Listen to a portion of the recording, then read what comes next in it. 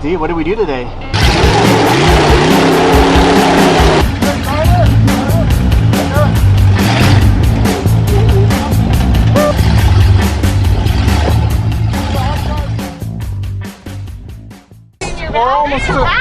We're almost to the smoother road. Hey? Today we're at a little Moab, which is a few more, gets more seat time. Try a few obstacles. I know these obstacles we've done before on other vehicles and other setups. So with everything that was done recently, happy? Happy with the outcome? Yeah, very much so. I am.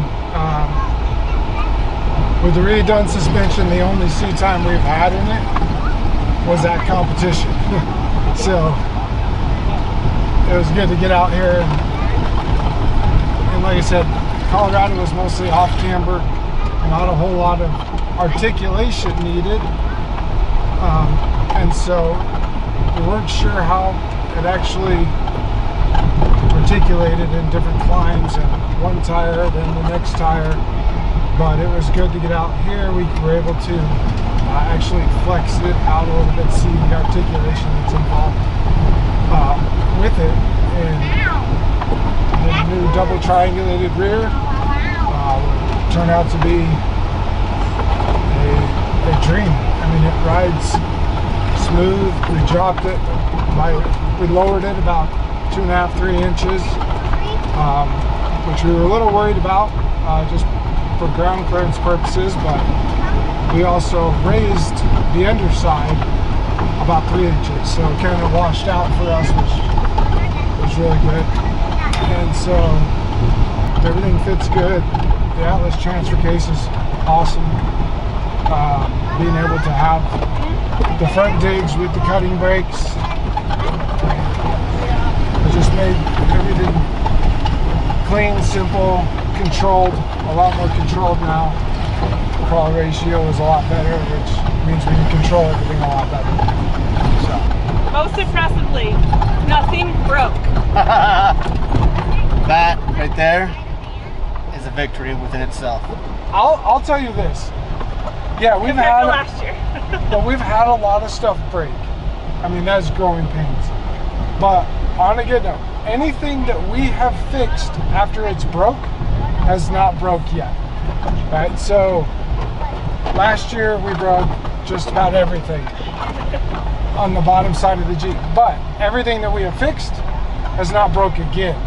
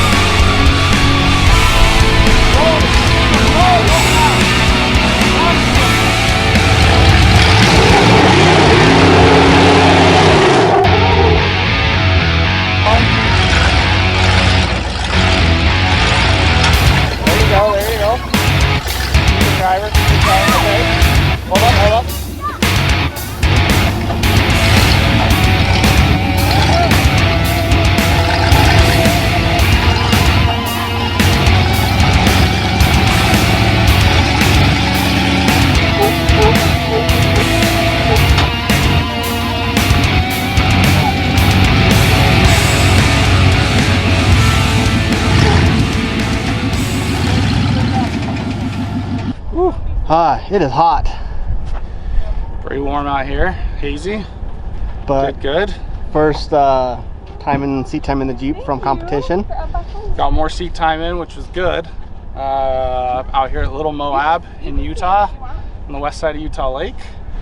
That was a lot of fun. We went and did some rock crawling. We did rock crawling stuff. I don't know what to do with my hands. It was a family event, so that was fun.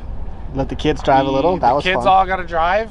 We let them drive it around in 4-low, which was fun. It's always good to teach these little kids at a young age. It is. How to drive. So we were able to conquer a lot of big obstacles that we hadn't really gotten to before out here in this Jeep, so that was pretty exciting. So this is a completely different vehicle from last year. What would you say is the biggest? What is the biggest upgrade, or what all have you guys done? So up to this point, so all winter and up to this point, we've been working a lot on a variety of stuff on here, starting kind of from the front going back.